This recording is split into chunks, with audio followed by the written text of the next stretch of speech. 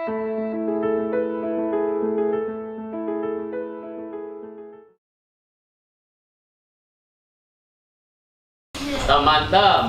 Siap. Tepuk 1, tepuk 2. Sampai di mana tadi ceritanya? Nggak tahu. Oh, nggak tahu. ini mau diajak main saudara-saudaranya ke padang pasir. Insya Allah kita lanjutkan setelah kita mengaji satu surah dari Al-Quran. Surah yang paling mudah adalah surah apa? Al-Lahab, ya. Semuanya hafal? Tabbat yada. Hafal nggih? Yuk, surah Al-Lahab. A'udzu billahi minasyaitonir rajim. Bismillahirrahmanirrahim. Tabbat yada abi lahabin wa tab. Ma aghna anhu maluhu wa ma kasab. Sayasla naran dhata lahab wa imra'atuhu hammalatal hatab fi jidiha hablum min masad. Jam berapa, Mas? Saya sampai jam berapa? Jam 4.37. Sekarang 4.37. Nanti sampai jam 5. Iya, jam 5. Kurang lebih jam 5 ya. Oke, kita lanjutkan. Yusuf, sini. Ada apa, Kak? Yusuf, hari ini kakak mau ngajak kamu main-main ke padang pasir. Yeay, asik. Aku bosan di rumah terus, apalagi nggak sekolah, nggak ketemu sama teman-teman. Hari ini aku diajak main sama kakak-kakakku tercinta. Ahai. Yusuf pun diajak main sama 10 saudaranya. Adiknya Yusuf tadi namanya siapa? Binyamin. Kakak-kakaknya ada 10. Pergilah mereka. Ayah, Yusuf pamit dulu ya. Ini mau diajak kakak-kakak main ke padang pasir. Doain aku ya, ya. Salim.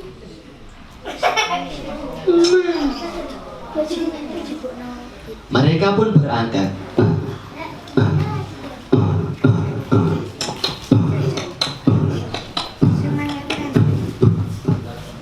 Sesampainya di padang pasir, mereka pun bermain, berlomba lari, ke sana kemari, naik bukit, turun bukit.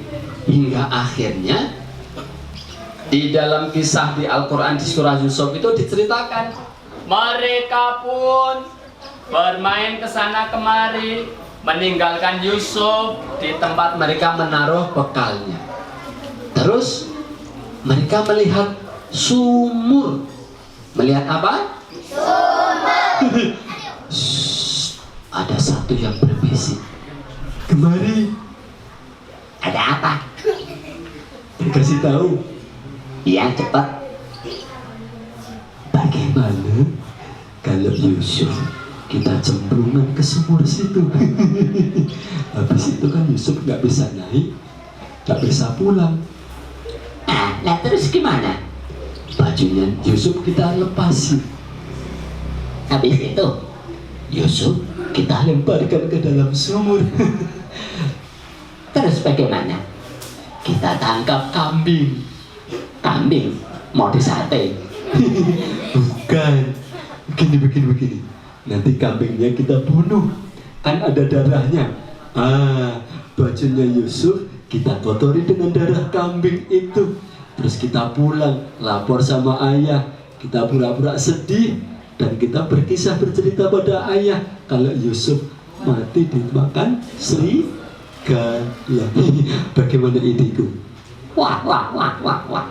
Idemu bagus juga. Ayo kita eksekusi sekarang. Kita laksanakan. Let's go. Yusuf pun dipanggil. Yusuf, kemari. Ada apa, Kak? Aku capek ya nungguin tasmu. Biar tidak dimakan laler, tidak dimakan ayam, ditutuli mentok, bebek. Terima kasih Yusuf sudah menunggu bekal-bekalku. Yusuf, Yuk kita main ke sana. Itu ada sumur. Weh, sumur. Kita mau mandi, Kak. Bukan. Ayo kita main ke sana saja. Yusuf yang tidak tahu apa-apa pun manut saja sama kakak-kakaknya. Kemudian secara bersama-sama Yusuf dilepaskan bajunya. Kakak, aku mau diapain? Tenang aja Yusuf. Manut aja sama kakak pokoknya. Kakak, mau diapain ini? Tolong! Oleh kakak-kakak mereka, Yusuf dipaksa diangkat, kemudian dimasukkan ke dalam sumur. Yusuf, masuk kamu ke dalam sumur ini, dan aku ucapkan selamat tinggal kepadamu. Sekarang ayah akan sayang dan suka kepada kami.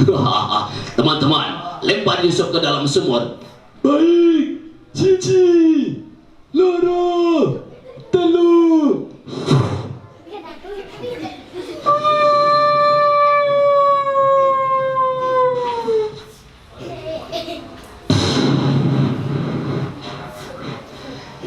Tolong!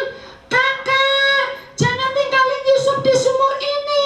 Yusuf pengen pulang, Kakak. Tolong! Rasain kamu Yusuf. Selama ini kamu menjadi anak kesayangan ayah. Sekarang anak kesayangan ayah sudah terkubur di sumur ini. Selamat tinggal Yusuf. Teman-teman, ayo kita pulang. Kita tinggalkan Yusuf di sini sendirian. Kakak, jangan tinggalkan aku. Bagaimana ini?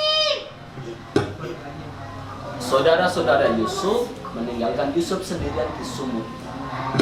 Qadarullah, Allah ternyata sudah menyiapkan sebuah rencana yang sangat luar biasa.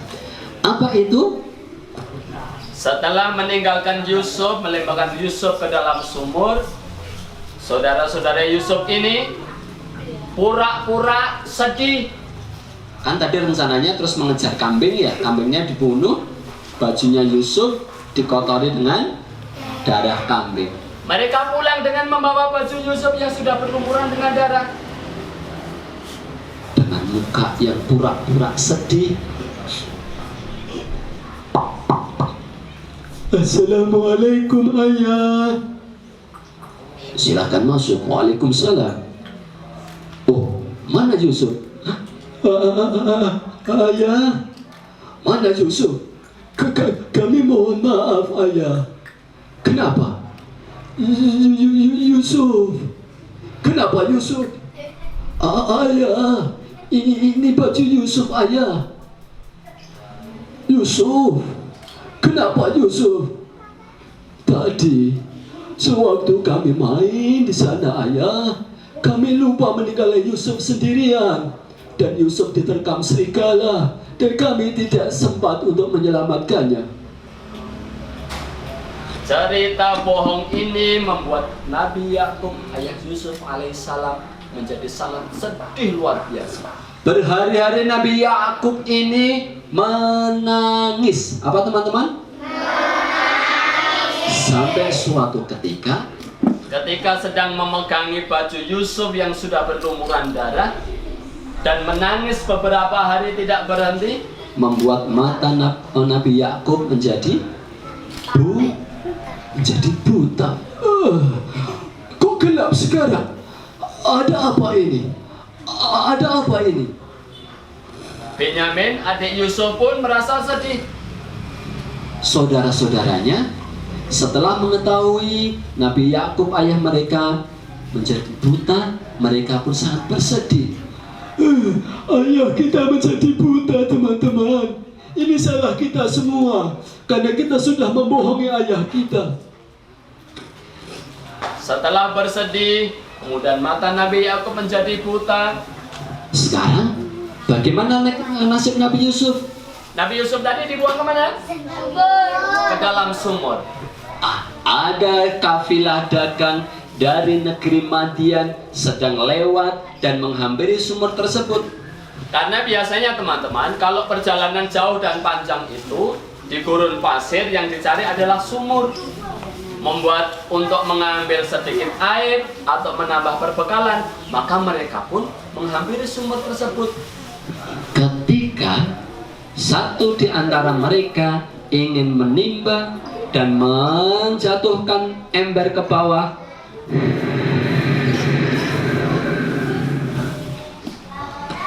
Mereka terkaget-kaget. Kenapa? Berat sekali. Ada apa dengan ember ini? Kok ditarik berat sekali? Mereka pun bergotong royong kemudian menarik timba tadi. Ayo, bantu aku. Ini embernya berat sekali. Diangkat, ditarik. Dan apa yang mereka saksikan, teman-teman? Dari dalam ember ternyata bukan air yang didapat. Yang didapat apa? Orang. Siapa dia? Nabi Yusuf. Sini semua. Ini kita menemukan seseorang yang parasnya, coba lihat. Luar biasa cakepnya, luar biasa gantengnya. Ini kalau kita bawa ke Mesir, kita bawa ke pasar di sana, pasti anak ini akan laku keras, nilainya mahal. Akan kaya kita di sana nanti. Mereka pun senang sekali menemukan seorang remaja yang sangat rupawan tampannya. Singkat kata singkat cerita, Nabi Yusuf pun dibawa ke pasar budak namanya Mas Yusuf. Mas Yusuf, Lengga, bersilah. Ya, namanya siapa? Yusuf. Yusuf Zidan. Ya, Yusuf remaja pun dibawa ke pasar. Siapa yang mau membeli anak ini dengan harga tertinggi, maka akan aku kasih. Ternyata Allah SWT sudah menyiapkan sebuah cerita ataupun sebuah skenario yang sangat luar biasa. Dipilih siapa Yusuf kecil ini? Yusuf remaja ini, dia dibeli seorang punggawa kerajaan Mesir yang namanya adalah, coba dengarkan dan ditirukan, namanya adalah Kitfir. Siapa? Kitfir. Sekali lagi, namanya siapa? Kitfir ini membeli Yusuf yang remaja tadi. Karena apa? Disukai. Karena ternyata dia belum punya anak. Istrinya namanya Zulaikha. Zulaikha ini juga ternyata suka sama anak kecil yang namanya Yusuf tadi. Iya, ayah, ini kita beli saja, kita bawa pulang. Akhirnya Yusuf pun dibawa ke kerajaannya. Yang tadi masih kecil, beranjak menjadi dewasa, dan menjadi seorang pemuda yang sangat tampan sekali. Pemuda yang sangat tampan. Ketampannya Yusuf ini ternyata membuat istrinya Kitfir, Zulaikha tadi tertarik. Singkat kata singkat cerita, ini ceritanya Ustadz Kip sensor untuk anak kecil, karena ini ceritanya orang dewasa. Singkat kata singkat cerita, ternyata Nabi Yusuf ini punya masalah dengan Zulaikha. Nabi Yusuf dituding atau dituduh memperkosa istrinya Kitfir, Zulaikha tadi. Hingga akhirnya Nabi Yusuf dijebloskan ke dalam penjara. Yusuf, sebagai balasan atas perbuatanmu, kamu aku masukkan ke dalam penjara. Yusuf masuk ke dalam? Siapa yang pengen masuk penjara? Oh, nggak mau ya? Nggak ada yang ngecung toh? Alhamdulillah. Mau? Besok tak antar. Di dalam penjara, Yusuf bertemu dua orang yang sama-sama mantan pelayan kerajaan. Mantan apa? Pelayan kerajaan. Pelayan kerajaan ini yang satu tukang membuatkan minum, yang satu tukang membuatkan makanan. Mereka dimasukkan ke dalam penjara dua-duanya karena dituduh membuat racun untuk raja. Sehingga mereka tidak bisa dibuktikan siapa di antara dua pelayan ini yang bersalah.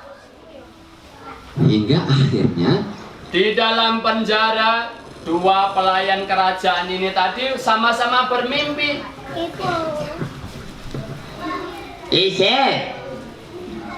Karena Yusuf sudah menjadi dewasa, suaranya sudah besar. Ada apa temanku? Tadi malam Aku bermimpi. Si tukang pembuat minum. Aku bermimpi membuatkan minuman terbuat dari anggur dan aku hidangkan kepada raja. Si tukang pembuat makanan juga tidak kalah serunya mimpinya. Apa mimpinya? Si pembuat makanan bermimpi. Aku bermimpi. Apa mimpinya? Mimpinya si tukang pembuat makanan ini membuat roti, terus rotinya ditaruh di atas kepalanya. Setelah ditaruh di atas kepalanya, datang burung matokin makanan tadi. Nah, yang satu bermimpi apa? Membuatkan minuman dari anggur untuk raja. Yang mimpi yang kedua, orang kedua apa? Menaruh makanan di atas kepala dan dipatok burung. Dua-duanya lapor pada Yusuf alaihissalam. Cuk, ada apa? Aku tadi malam mimpi gini, Cuk. Aku itu membuatkan makanan yang terbuat dari anggur, terus aku hidangkan kepada raja. Kira-kira ini mimpi takwenya apa, Cuk? Kamu bisa enggak? Ternyata Nabi Yusuf alaihissalam ini diberikan ilham oleh Allah Subhanahu wa taala bisa menerjemahkan mimpi, bisa menakwil mimpi. Begini teman-temanku, kamu si pembuat minum, insya Allah kamu tidak bersalah. Kamu akan kembali bekerja di kerajaan dan kamu akan kembali melayani raja. Terus yang satunya tak kasih tahu. Pembuat makanan, kamu kan mimpinya membuat makanan, kamu taruh di atas kepala, terus dipatok oleh burung. Kamu nanti akan dihukum, kamu akan masuk dalam penjara lagi. Wah, saatnya membuktikan takwilnya Nabi Yusuf alaihissalam. Apakah benar?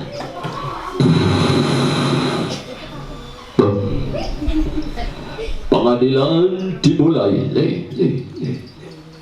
Siapakah yang bersalah? Apakah pembuat minum atau pembuat makanan? Setelah pengadilan diputuskan, ternyata benar takwilnya Nabi Yusuf. Si pembuat minum divonis tidak bersalah dan kembali bekerja di kerajaan. Si pembuat makanan yang naruh makanan di atas kepala terus dipatok tadi kembali dimasukkan ke dalam penjara. Teman-teman, tepuk satu, tepuk dua.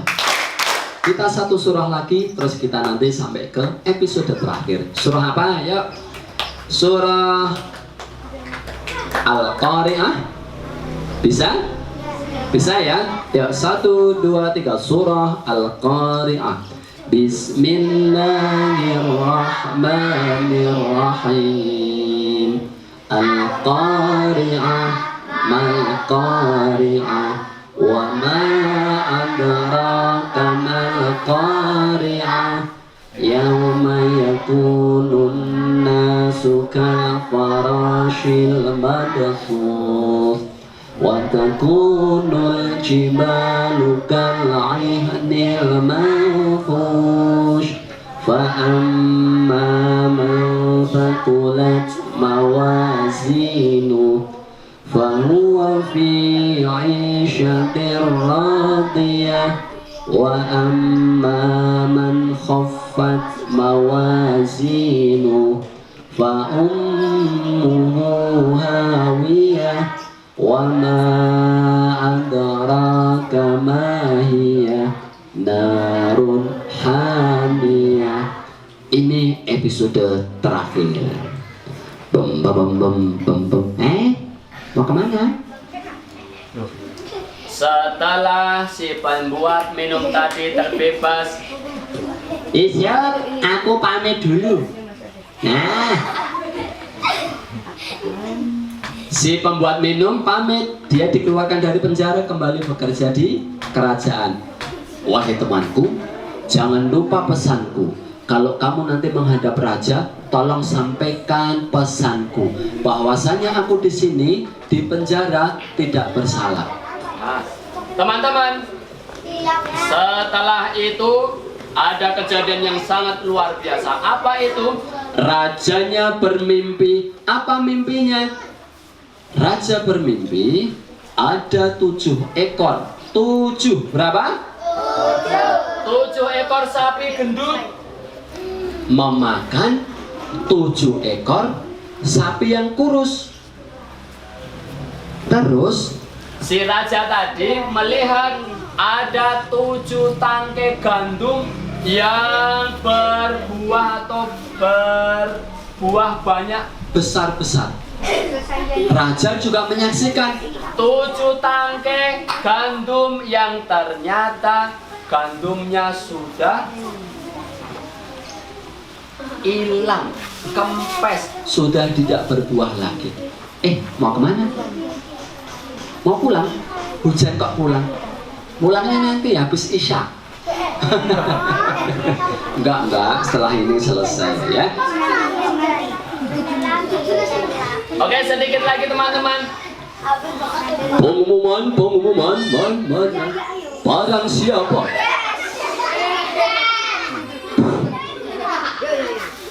ojo ganggu. Barang siapa bisa menakwilkan mimpi raja akan diangkat menjadi seorang punggawa kerajaan. Dipanggil dukun. Wes tuwek. Ampang. Sambutnya putih. Telung sasi ora keramas. Wahai dukun, bisakah kamu menakwilkan mimpiku? Aduh raja, aku ora iso. Gedek aku ora iso menakwilkan mimpi raja. Ora iso. Ahli nujum pun didatangkan untuk menerjemahkan mimpinya raja tadi. Yang baru keluar dari penjara tadi siapa? Pembuat minum, betul. Pembuat minum jadi ingat sama Yusuf. Raja, di penjara ada seorang anak muda yang bisa menakwilkan mimpi. Oh begitu, panggil dia. Akhirnya Yusuf pun dipanggil menghadap raja, menakwilkan mimpinya. Begini raja, kalau saya takwilkan mimpinya raja, akan datang musim panen yang sangat luar biasa, berbuah banyak dan lebat. Tapi setelah itu raja, akan muncul 7 tahun musim paceklik, musim kemarau. Wah, begitu ya. Terus bagaimana? Begini raja, selama kita musim panen, tolong jangan dihabiskan. Kita membuat lumbung padi, lumbung gandum untuk kita menaruh makanan. Biar nanti kalau pas masa paceklik kemarau, kita tidak kehabisan bahan makanan. Betul teman-teman. Ini singkat cerita terakhirnya. Musim paceklik pun datang. Gandum-gandum tidak tumbuh. Binatang ternak pada mati. 7 tahun nggak ada hujan loh, masya Allah, luar biasa ini. Sudah tidak bisa panen lagi. Sumber air juga sudah mulai menyusut. Tapi atas saran Nabi Yusuf tadi, raja sudah membuat sebuah lumbung panganan sehingga mereka tidak kekurangan. Bagaimana nasib Nabi Yakub dan teman-teman? Mereka juga mengalami paceklik yang sangat luar biasa. Sehingga Nabi Yakub memerintahkan pada saudara Yusuf ini, anak-anakku, tolong kamu pergi ke Mesir. Di sana ada seorang menteri muda yang sangat baik hatinya. Kamu menghadap sana. Siapa menteri yang muda yang baik tadi? Ternyata Nabi Yusuf sudah diangkat menjadi menteri. Mereka pun menghadap, tidak tahu kalau menteri itu adalah Yusuf saudaranya yang dulu dibuang ke dalam sumur. Nabi Yusuf pun kaget. Mereka saudaraku. Tapi saudaranya tidak mengenali Yusuf karena sudah besar dan wibawanya sudah tinggi, mukanya juga cakep sehingga mereka tidak mengenalinya. Ada satu yang dikenali oleh Nabi Yusuf, yaitu adiknya. Siapa tadi namanya? Binyamin. Mereka belum membawa Binyamin yang pertama ini. Mereka pun membawa bekal yang banyak, terus dibawa pulang menghadap Nabi Yakub. Setelah berapa bulan, bekalnya sudah habis. Nabi Yakub merintahkan lagi. Tadi dipesan sama Nabi Yusuf si menteri tadi, besok kalau kamu kesini lagi, tolong bawa adik kalian yang namanya Benyamin. Kalau Benyamin tidak dibawa ke sini, aku tidak akan ngasih kamu makanan lagi. Begitu pesannya Nabi Yusuf, si menteri tadi. Menghadap ayahnya, ayah, kita boleh ke sana lagi, dapat makanan lagi dengan syarat satu, mengajak adik kami Benyamin ke sana. Wah, Nabi Yakub kan jadi deg-degan ya. Dulu ngajak Yusuf dicemplungin ke dalam sumur, sekarang mau ngajak satu adiknya Benyamin. Jangan-jangan mau dicelakain juga. Tapi ternyata setelah didesak, akhirnya Benyamin pun ikut ke dalam kerajaan. Di kerajaan, mereka bertemu dengan Yusuf yang sudah menjadi menteri. Ternyata mereka belum tahu juga kalau menteri itu adalah Yusuf, adik mereka. Setelah mereka itu dikumpulkan, Benyamin adiknya yang paling kecil tadi dipanggil. Sini. Ada apa menteri? Kamu tahu nggak aku ini siapa? Enggak. Masa sih kamu tidak hafal aku? Coba perhatikan wajahku lagi. Setelah diingat-ingat, Benyamin adiknya Yusuf pun akhirnya ingat. Kakak Yusuf ya? Iya, aku adalah Yusuf, kakakmu Benyamin. Mereka kemudian berpelukan, kangen-kangenan. Mereka menangis berangkulan karena sudah sangat lama tidak bertemu. Terus teman-teman, ada kisah yang unik lagi. Ketika mereka ini hendak pulang, mereka kan disiapkan gandum dalam karung. Ada seseorang yang memasukkan piala yang terbuat dari emas ke dalam karung, yang ternyata karung itu dibawa oleh Benyamin. Ketika mereka hendak pulang, mereka dihadang oleh pasukan kerajaan. Berhenti! Mereka kaget karena pasukan kerajaan menghadang mereka. Ada apa ini? Raja kehilangan sebuah piala yang terbuat dari emas. Kami curiga bahwa kalianlah yang mencuri emas-emas tersebut. Akhirnya karungnya dibuka lagi, digeledah satu persatu. Memang ada, karena memang sengaja ditaruh di karungnya adiknya Yusuf, Benyamin. Sebagai balasannya, bagi orang yang mencuri pasti akan ditahan atau dipenjara. Yang lain boleh pulang, Benyamin ditahan di kerajaan. Supaya apa? Benyamin bisa bertemu dengan Nabi Yusuf. Akhirnya saudara-saudaranya ini pulang sambil dibawain bajunya Nabi Yusuf. Setelah dibawain bajunya Nabi Yusuf, atas izin Allah Subhanahu wa taala melalui doa Nabi Yusuf, tolong ini dikasih ayah, dan insya Allah dengan perantara baju ini ayah akan kembali bisa melihat. Bajunya dikasihkan ke Nabi Yakub. Karena kangen yang sangat luar biasa, didekat, peluk. Enggak, atas izin Allah Subhanahu wa taala, Nabi Yakub bisa melihat lagi. Teman-teman, terakhir setelah Nabi Yakub bisa melihat lagi, mereka semuanya diundang ke kerajaan, kemudian bertemu Nabi Yusuf, dan mereka hidup bahagia bersama-sama di sana. Siapa yang hari ini sudah berbuat baik? Coba, Mas, hari ini sudah berbuat baik belum? Sudah. Apa berbuat baik hari ini?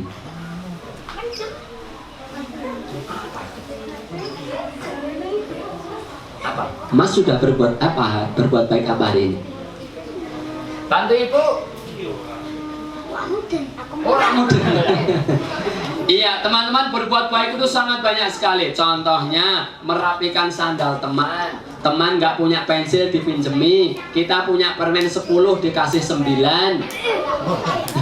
Maksudnya 9 teman ya, dapat satu-satu. Siapa yang hari ini pengen berbuat baik, tunjuk jari. Siapa yang pengen menjadi anak baik, tunjuk jari. Siapa yang pengen bersama-sama nanti masuk di surga? Oke.